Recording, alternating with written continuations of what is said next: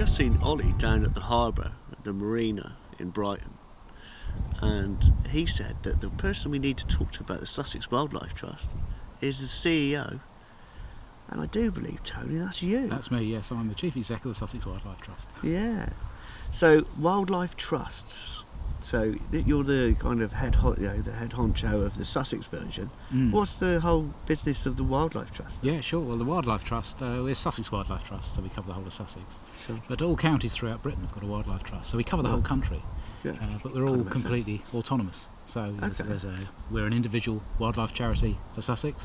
We've got a neighbour up in Surrey, Surrey Wildlife Trust, Kent Wildlife Trust, Hampshire Wildlife Trust. And every other county in the country has a wildlife trust. So I suppose there's a national...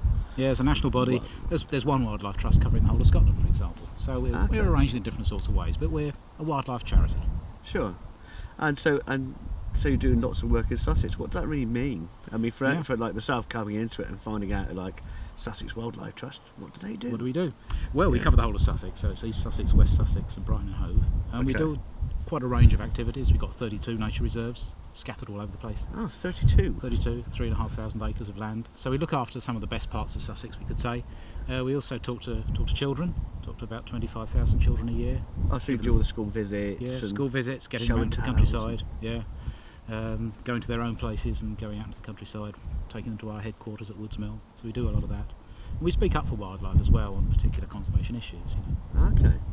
We was out when we first met a while ago. We was out at the at Woods Mill there by the lake. I got a great bit of footage of there's a swan on the lake at the time. Yeah. And managed to get a shot of it, and it kind of interacted with a magpie. Yeah. Interacted is a good way of saying it. Yeah. I tell you what, we'll have a little look at the footage of the swan.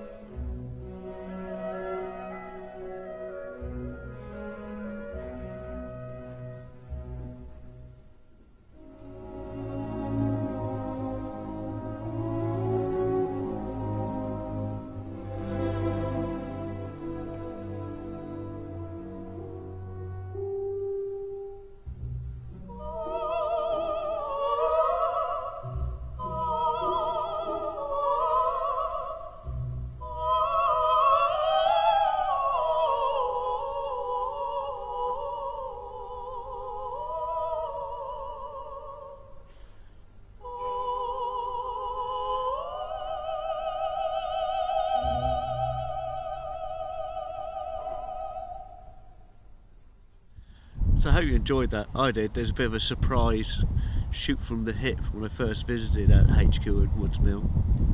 So yeah, so that's your HQ. Sussex Wildlife Trust does a lot with schools and children, and so you get them young. Yeah. Teach them about wildlife and nature. Yeah, we try to get to talk to people at all sorts of different ages. So very young kids, medium-aged kids. We do a lot of adult education courses as well. Events, just interesting events. Come and enjoy wildlife, those sorts of things. You'll have to let us know as they come up, and we'll tell people at home. Yeah. Because there's always a lot going on. We have probably a couple of hundred or more events every year, somewhere around Sussex. Sure. There's lots to see and do. Lots to see and do, lots to experience. You know, right from just enjoyable experiences through to quite advanced identification courses, those sorts of things. Yeah, I love all of that. Just to know what's going on, you know. Yeah. So many people in the high street know all the brands. Yeah. But when you get outside, they don't know many of the flowers and the wildflowers, the wildlife, and all that kind of thing. Yeah. So your logo is the badger, and that's not because you like little panda bears in the native British environment or anything. It was an animal chosen for some reason. Yeah, it's just an emblem of the British countryside. Sure. The Worldwide Fund for Nature has got the panda. Sure. They're not at all related in any way, Sure. but we've got the badger just as an emblem of the British countryside. I suppose the way you could look at it is that where you have a countryside with lots of badgers, it's the sort of diverse countryside that people like. So it's quite a nice emblem of the British I think so. countryside. Yeah. So you have some campaigns going on about badgers? Apparently. Yeah, we do. One of the issues with badgers is related to tuberculosis in cattle. Yeah. Now we're sitting in a grazed environment here, and grazing is important in the countryside. It's important for farmers, obviously. That's how they make their living. Yeah. It's completely legitimate, and also it's important for nature conservation. Sure. Most of our habitats, cows and Yeah. sheep roaming around here. yeah, most of our habitats are grazed. Otherwise, they change and become poorer, generally speaking. So grazing is important for farmers and for nature conservation. And TB is a problem. And if a cattle herd gets TB, then cattle have to be destroyed. And Sure. That's devastating. to No a farmer really likes to find reactors and all that kind of thing. Absolutely. I get that, and it's when you kind of know an animal, when you get attached to it, it's very, you can see why farmers get disgruntled, dismayed and upset that Yeah. they're losing kind of livestock and even pet cows and all that kind of Yeah. thing. Well, often they spend generations developing the right bloodline for their area of land. Stock, yeah. Yeah. So yeah, you have to have sympathy for that. There have been programs of culling, and we believe, and I think the science is with us, that actually that doesn't really work very well when it comes to trying to control the So what are you going to do? TB. So we're trying an alternative method. I think actually in the past there's been an unreasonable conflict almost. We work with farmers. We shouldn't be on opposing sides. Sure, complementary rather than contentious. Exactly. So alternative methods are available, and we ought to make use of them. So what we've decided to start fairly shortly now is a programme of vaccination of badgers. Okay. It's been done in other parts of the countryside. It works in some respects in that it reduces the TB in badgers, but what you need to do is reduce the TB in cattle, and the link between them is weak.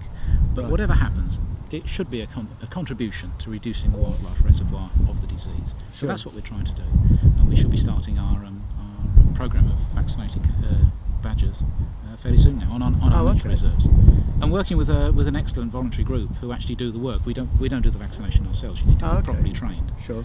And the Sussex Badger Vaccination Project has got the trained volunteers to The do Sussex Badger Vaccination Project. That's right. There's a So clue in the name of what it does. Yeah, it does what it says on the tin. Yeah.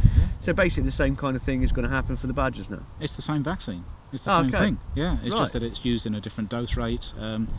Specific for them, they're littler and... Yeah. Well, they actually need more of it, strangely, really? for a smaller animal, and you have to do it more regularly. So it's a technical thing. There are lots of things you have to do, and it's not cheap.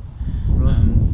But yes, vaccinating badgers once a year for 4 or 5 years, the evidence shows should be a good way of reducing the reservoir of the disease in wildlife.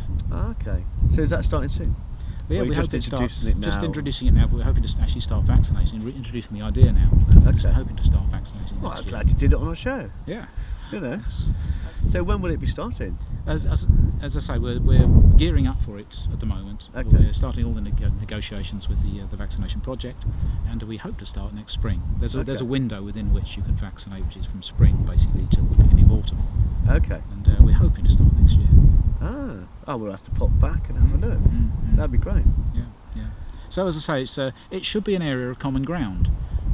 Whether you're in favour of culling or not in favour of culling, we're not in favour of culling, but it should be a contribution if we actually can do something to reduce the reservoir of the disease in wildlife. Yeah. That sounds like a great idea to me. We'll see if it works. Well, I look forward to coming back and finding out a little bit more. Yeah. So that sounds like an interesting story to do, because no one wants to see animals needlessly slaughtered and all that kind of thing. No, that's right. Yeah. There are a lot of badgers around, but even so, it's an active culling programme of one of Britain's protected species. They are protected. Okay. Yeah, they're protected. An active programme of culling one of Britain's protected species against fairly dubious scientific evidence shouldn't be the first choice. Yeah. When there's more holistic and well-rounded options available. Yeah. Oh, that sounds like a great one. Well, look, it's been lovely chatting to you, Tony, and I'm glad you're going to be a friend of the show. Yeah. And look forward to catching up with you again for some updates and some hear about some of your events. Great, and it's a good day for it, isn't it? It's been a beautiful day. Look at this view.